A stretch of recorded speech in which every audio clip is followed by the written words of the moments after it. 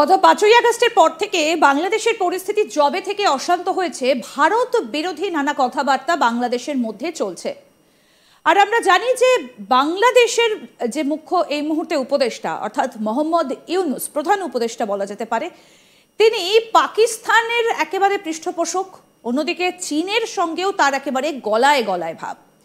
আর এবার বাংলাদেশের তরফ থেকে চীনকে একেবারে ঘাঁটি গাড়ার জন্য চোখে আঙুল দিয়ে দেখিয়ে দেওয়া হলো যে কোথায় এসে চীন একেবারে বাংলাদেশের ভেতর ঘাঁটি গাড়তে পারে।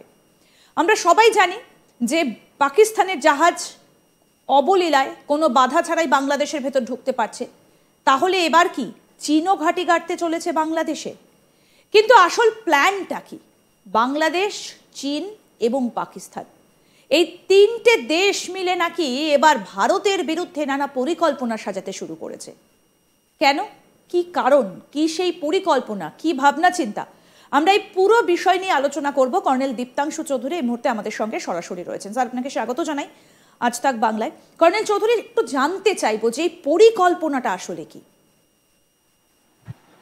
আপনি দেখুন, এই বিমস্টেকের আগেই Mohammad Yunus self styled adviser যে প্যারাশুটে ল্যান্ড করেছিল 5 আগস্ট 2024-এ, সে হঠাৎ তড়িঘড়ি ভাবে উনি পৌঁছে গেলেন চায়নার কাছে ভিক্ষার ঝুলি নিয়ে, এবং ব্যাকট্র্যাকে একটা অনেকদিন ধরে ওদের আলোচনা চলছিল।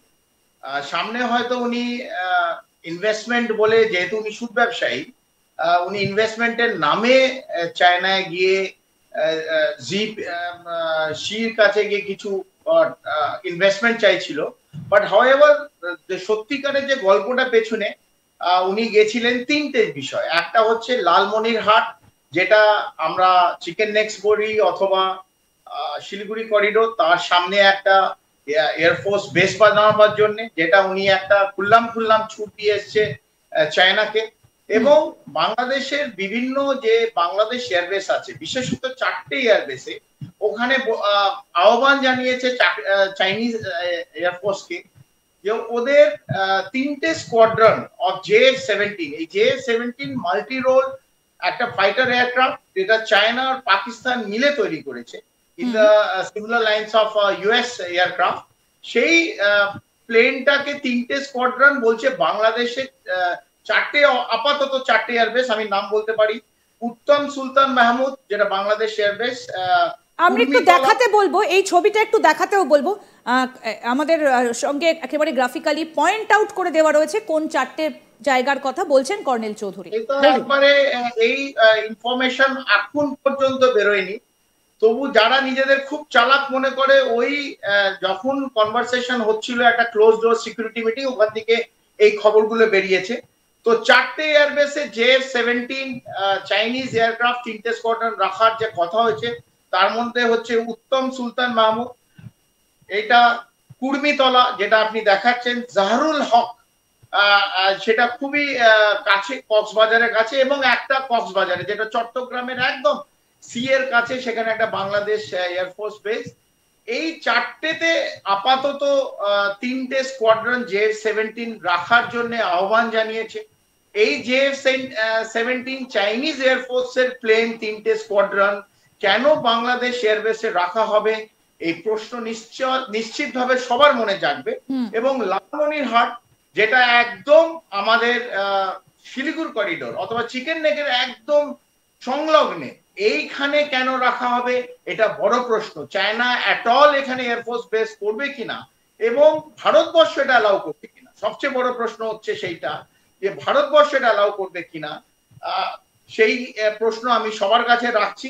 এবং এই যে এই বুদ্ধিগুলো যে মোহাম্মদ ইউনূসের, যে পেছন থেকে ভারতকে আঘাত করার জন্য যে ফন্দি বানাচ্ছে পাকিস্তান, চায়না এবং বাংলাদেশ, এটা নিশ্চিতভাবে আমাদের জন্য উদ্বেগজনক। একদমই আমরা ভারতের, কর্নেল চৌধুরী, ভারতের প্রেক্ষিতে আলোচনাটায় আসবো। আমি এই জায়গাটা একটু আসতে চাইবো যে তাহলে কেন এই জোটটা সৃষ্টি করতে চাইছে বাংলাদেশ, চায়না এবং পাকিস্তান, উদ্দেশ্যটা কি? দেখুন, আপনি জানেন একটা 5 আইস বলে United kingdom, America, Canada, Australia, এদের অলরেডি এদের মধ্যে একটা ইন্টেলিজেন্স শেয়ারিং, একটা 5 আইস বলে আমরা প্রত্যেকে জানি, যেখানে কমপ্লিট এই 5টি রাষ্ট্র নিজেদের মধ্যে ইন্টেলিজেন্স গ্যাদারিং করে এবং শেয়ার করে, বিশেষ করে যতগুলো জঙ্গি সংগঠন আছে তারা কি করবে, তাদের গতিবিধি, তারা সেই রাষ্ট্রে, এই 5টা রাষ্ট্রে যদি কোনোদিন ক্ষতি করে তো এরা নিজেদের মতন শেয়ার করে। একই টেমপ্লেটে চায়নার এমএসএস, বাংলাদেশের যে ন্যাশনাল সিকিউরিটি এজেন্সি আছে, ন্যাশনাল সিকিউরিটি ইন্টেলিজেন্স এজেন্সি, যেটা বাংলাদেশের, এবং আইএসআই পাকিস্তানে, এরা তিনজনের 3 আইস বলে একটা কাউন্সিল, ইন্টেলিজেন্স শেয়ারিং কাউন্সিলের অলরেডি গঠন করার জন্য কথাবার্তা বলেছে। এইটাও ইউনিস যখন উনি বাংলাদেশ গেছিলেন, এই চায়না গেছিলেন কানেকশন, এই কথাবার্তা কথোপকথন কিন্তু চাইনিজ প্রিমিয়ার শি জিনপিং এর সঙ্গে কিন্তু এই কথোপকথনও হয়, এবং এইটা একটা সিগন্যাল পেয়েছে, গ্রিন সিগন্যাল পেয়েছে। এই 3টে এজেন্সির বস অলরেডি এরা একটা কথা বলছে, এদের বিভিন্ন অফিসার একটা মিটিং অলরেডি বাংলাদেশে এসে 3 দিন আগে এটা কমপ্লিট করেছে যে কিরম ভাবে কাউন্সিলটা গড়ে উঠবে। তাদের মোক্ষম একটাই অবজেক্টিভ, ভারতের বিরুদ্ধে পশ্চিম, একদিকে পূর্ব, একদিকে পাকিস্তান, একদিকে বাংলাদেশ, আর এই দিক থেকে বে অফ বেঙ্গল, ইন্ডিয়ান ওশান, 3টে দিক থেকে কিরকম ভাবে ভারতকে ঘিরে দেওয়া যায়। এদের একটা মাত্র অবজেক্টিভ, ভারতের বিরুদ্ধে কি কি করা যায়, এই মতলবে, এই ফন্দিতে এরা এই কাউন্সিলটা বানাচ্ছে।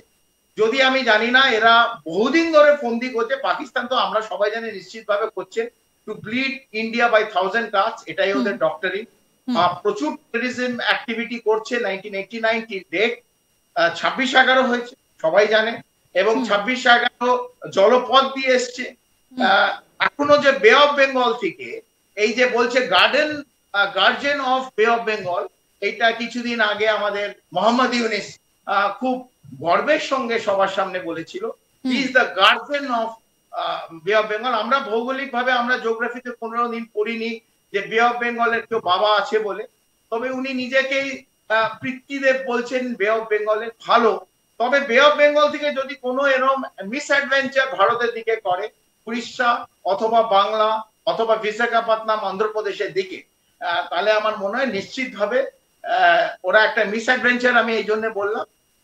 সেই জায়গা থেকে বাংলাদেশ বিশেষ করে পূর্বে যে অবস্থানে আছে সেই এক অবস্থানে থাকবে। 64 জেলা নিয়ে বাংলাদেশ থাকতে পারবে কিনা, আমি এই জায়গাটায় আসবো যে এই যে চীনকে এভাবে ডেকে তাদের বেস তৈরি করার জন্য প্রস্তাব দিচ্ছে বাংলাদেশ, সেই জায়গায় দাঁড়িয়ে একটা দেশের কাছে অন্য দেশকে এইভাবে আমন্ত্রণ জানানো, সেটা তো একটা দেশের একেবারে সার্বভৌমত্ব বিকিয়ে দেওয়া। বাংলাদেশ সেনা এটাকে কিভাবে মানবে? আমাদের নিশ্চিতভাবে যদি এরকম কোনো কেউ প্ল্যান করে, লালমনিরহাটে এয়ারফোর্স বেস করার জন্য চায়নাকে আহ্বান করেছে, প্রস্তাব জানিয়েছে।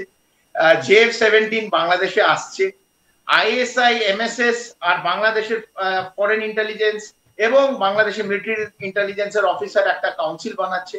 আমার মনে হয় এগুলোর প্রত্যেকটা একটা প্রশ্নচিহ্ন ভারতের দিকে উঠিয়ে দিচ্ছে।